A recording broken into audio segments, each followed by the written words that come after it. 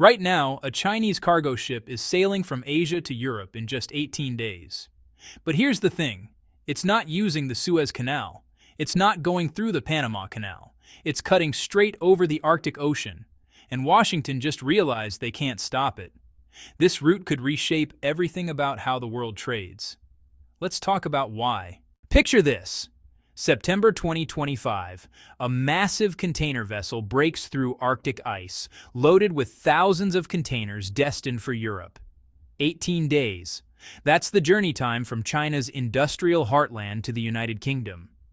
Think about that for a second. Before this, shipping companies had exactly 3 options to move goods between Asia and Europe. All 3 routes went through choke points controlled by other nations. All 3 could be disrupted, delayed, or weaponized. Now there's a 4th, and it goes over the top of the planet. This isn't a test anymore. This is happening regularly. Chinese companies have activated a maritime highway that American strategists said was decades away. They've compressed a century-long geopolitical advantage into obsolescence. But most people haven't noticed. The mainstream media barely covered it. And that's precisely why this moment matters so much. To understand why this Arctic route is seismic, you need to see the fragility of what came before. For the last 80 years, global commerce has depended on 3 major shipping corridors. Think of them as the world's commercial arteries. The Suez-Malacca route. The most important carries roughly half of all trade between Asia and Europe. Ships leave China's ports, squeeze through the Strait of Malacca, a waterway so narrow and crowded that piracy remains a constant threat, and push westward through the Red Sea. Then comes the Suez Canal.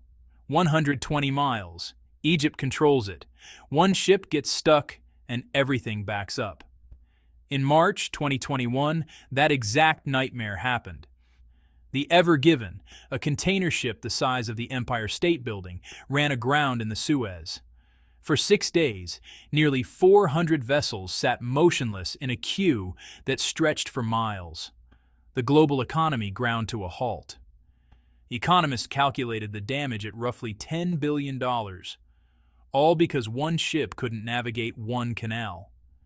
Meanwhile, 60% of all Middle Eastern oil flows through that same route. If it closes, energy prices spike globally. This is the system Beijing has been forced to depend on. The second route is the Panama Canal. Before it existed, ships traveling from Asia to Europe had to sail around South America, a journey that took about 2 months. The canal reduced that to just 2 weeks. It saved shipping companies roughly $500,000 per voyage in fuel costs alone. But here's the problem for China. America holds leverage here. The canal sits in Panama, a country with deep historical ties to Washington. Earlier this year, President Trump openly discussed reasserting American control over it. The message was clear. If you depend on us, we can squeeze you. The United States has already started. The Trade Department imposed special tariffs on Chinese vessels entering American ports, raising costs significantly. The strategy was simple: make alternative routes more expensive so Beijing stays dependent. The third option is the Cape of Good Hope at Africa's southern tip. It's longer, more expensive, and really only used when the other 2 routes fail. During the Suez blockage, hundreds of ships took this route despite adding 3,000 nautical miles and weeks to their journey. So China faced a problem. 3 routes, all controlled or influenced by other powers, all vulnerable to disruption, all capable of being weaponized against Chinese trade. In December 2024, something shifted. A Chinese container ship called the Jawa Ningbo loaded over 1,700 containers and sailed north. 26 days later, it arrived in Germany. The route worked. The technology held. The cooperation with Russia worked. By September 2025, a faster vessel completed an even more dramatic journey. Departing from Ningbo, it stopped briefly at Shanghai and Qingdao to load additional cargo. Then northward. The water temperature dropped. The sun, depending on the season, either blazed 24 hours straight or disappeared entirely. The ship navigated ice fields with icebreaker escorts provided through Chinese-Russian cooperation agreements. Rather than heading toward the Mediterranean, it pushed directly toward the United Kingdom. 18 days. Felixstowe, Britain's largest container port. Then Rotterdam, Hamburg, Gdansk. A single voyage spanning an entire continent. The distance is shockingly shorter than traditional routes. The Suez Path stretches 12,800 nautical miles. The Arctic route spans 8,000 to 8,900 nautical miles. That's 30% shorter. In shipping economics, that difference translates to fuel savings, reduced crew costs, faster delivery, and massive profit gains. Think about the implications. A 30% reduction in distance isn't a minor efficiency gain, it's transformative. Here's what keeps American strategists awake at night. This route exists outside their control. The Suez runs through Egyptian territory. The Panama Canal sits in Panama, where American influence dominates. The Cape route passes waters where American naval power is substantial. But the Arctic? That's different. That's Russian territory and international waters where American military presence is minimal. For decades, American geopolitical strategy rested on a simple principle: control the choke points, and you control global commerce. Control global commerce, and you have leverage over every major economy on Earth. The Arctic route breaks that equation. China can now move its highest value exports, electronics, solar panels, advanced manufacturing, directly to Europe without requesting American permission or paying American fees. The Trump administration's tariff pressure becomes less effective when there's an alternative that avoids American ports entirely. This is why Trump's recent comments about the Panama Canal matter. He was essentially admitting that American leverage is slipping. Threatening to charge higher fees or impose restrictions only works if there are no alternatives. Now there are. It's not just shipping either. China has been systematic about this. The Arctic route isn't an isolated project. It's part of a coordinated strategy spanning years and continents. Over the past decade, China has signed shipping agreements with 66 countries across 70 different arrangements. These aren't ceremonial partnerships. They're operational frameworks allowing Chinese vessels to operate globally, reducing dependence on any single nation's ports. But the real insight comes from looking at land routes. In 2015, China operated fewer than 50 railway corridors connecting to Europe. Today, there are 93 scheduled routes running continuously. If you include seasonal routes, that number exceeds 200. These trains connect 229 cities across 26 European countries. The statistics are staggering. By mid-2025, these trains had completed over 110,000 journeys between Asia and Europe. They carry roughly 19% of all trade flowing between the continents.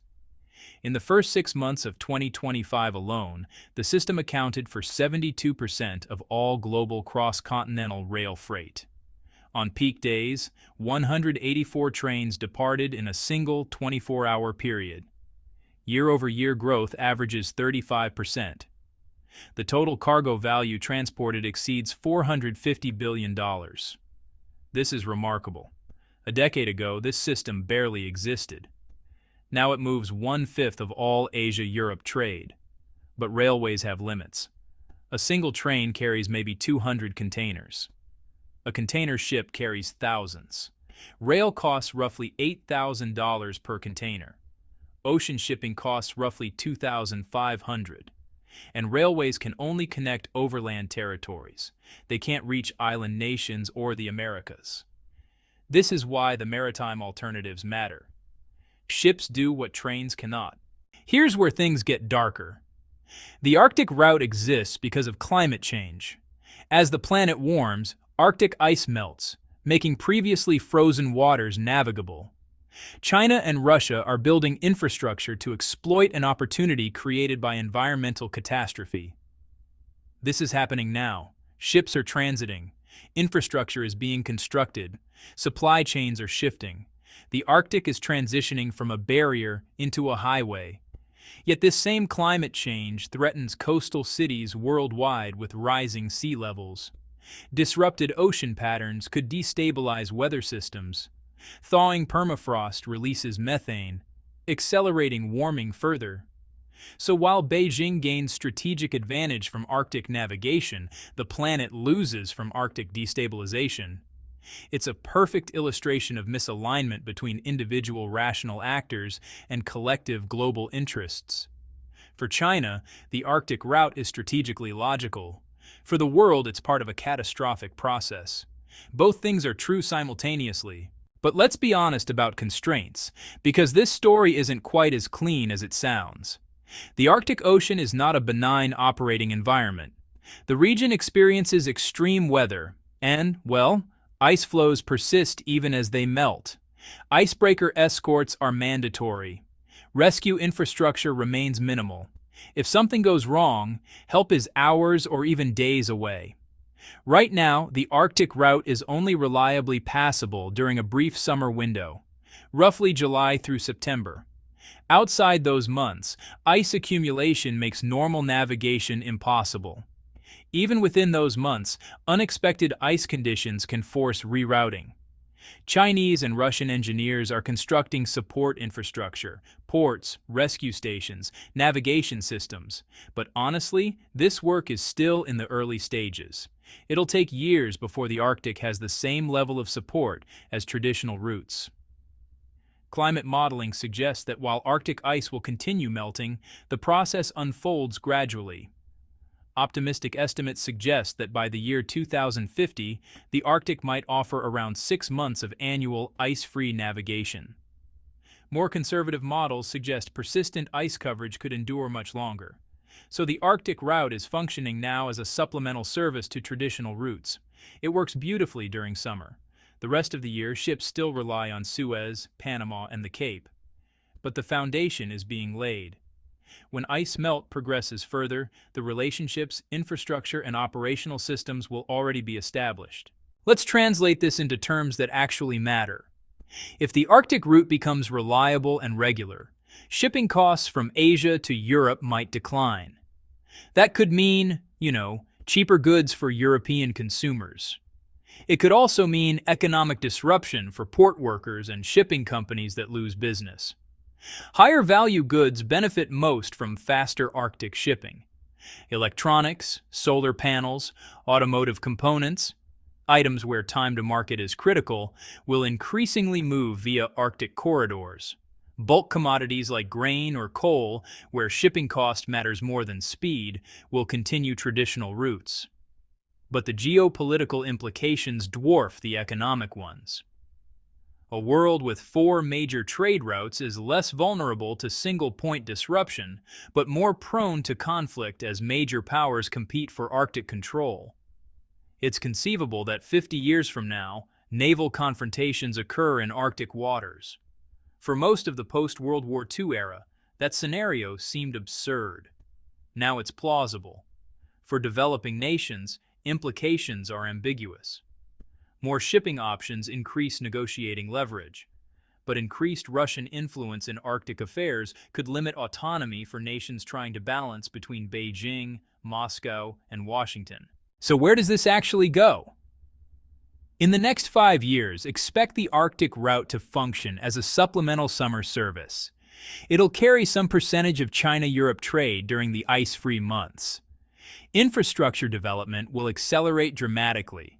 Both Chinese and Russian companies will invest heavily in icebreaker expansion, port facilities, and navigation systems. By 2030 or 2035, the Arctic route will handle consistent volume, maybe 5 to 10% of China-Europe trade.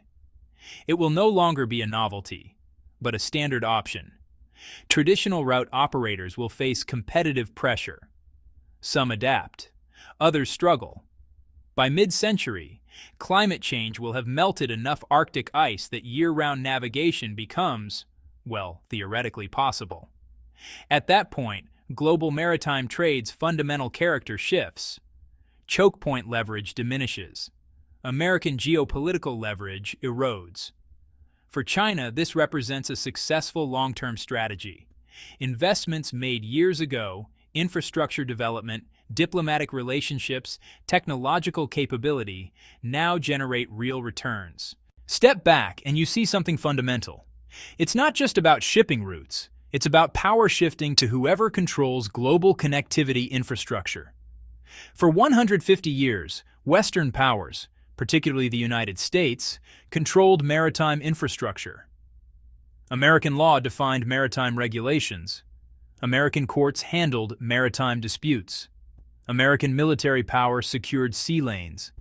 This system generated enormous revenue for Western companies while providing stability that benefited many participants. But the system's greatest strength, American dominance, became its vulnerability. China recognized that depending on American-controlled choke points left them exposed, so they built alternatives. The strategy isn't hostile, it's prudent. It's how rising powers respond when they can't afford dependence on established powers' infrastructure. Russia sees opportunity. The Arctic route makes Russian territory valuable. Russian icebreaker capabilities become essential. Russian leverage in global affairs increases. This explains why Moscow cooperates with Beijing on Arctic development despite tensions elsewhere. For Europe, the picture is more complicated. Faster shipping is economically beneficial. More route options is good for commerce. But it also means deeper integration with the China-Russia axis. It means less dependence on American security guarantees. It represents a gradual shift in global geometry. This isn't a conspiracy. It's simply how systems evolve when conditions change. Here's the thing that haunts this story. The Arctic route exists because of a problem nobody wanted. Climate change wasn't supposed to open new maritime pathways. It was supposed to drown coastal cities, destabilize agriculture, force mass migration, create resource conflicts. But in the perverse logic of geopolitics, catastrophe for the planet becomes opportunity for certain nations. China sees melting ice and builds infrastructure. Russia sees leverage. America sees threat. We're living through a transition where old systems break down but new ones haven't fully formed. In such moments, unexpected outcomes become possible. Alliances shift, new powers emerge, old certainties evaporate. The next 30 years will determine whether the Arctic becomes the default pathway for Asia-Europe trade or remains supplementary. They'll determine whether multiple routes create stability or simply give rise to new conflicts. But something is unavoidable. The world of 2055 will look fundamentally different from 2025, and this route, this Arctic shortcut that seemed impossible a decade ago, will have played a role in reshaping it. The voyage has begun, not symbolically, not hypothetically. Right now, ships are sailing north. Ice is melting. Infrastructure is rising. Supply chains are shifting. The map of global power is being redrawn in places that yesterday's geopoliticians didn't even consider. And the strangest part? Nobody's really paying attention. The next time you see something shipped from China arriving at your door, consider its journey. Maybe it came the old way, through crowded canals and contested straits, subject to external pressures. Or maybe, increasingly, it came the new way, over Arctic ice, through waters controlled by nobody, on routes designed specifically to avoid the leverage that defined the last century. That choice, the ability to choose different routes, might ultimately matter more than the routes themselves. Because when you have options, you have power. And power, in the end, is what reshapes the world. If you found this exploration of global trade and geopolitics fascinating, hit subscribe. We dive deep into the infrastructure and power dynamics reshaping our world, the stories beneath the headlines that nobody's talking about. New videos every week on everything from technology's geopolitical implications to the hidden economics of everyday products. Enable notifications so you don't miss a single upload. We've got upcoming investigations into the Belt and Road Initiative's newest corridors, how climate change is creating unexpected geopolitical opportunities, and the technology race over next-generation icebreakers. Stories that matter, context that clarifies. Subscribe now and join thousands of people developing a deeper understanding of how the world actually works. Thanks for watching. See you next time.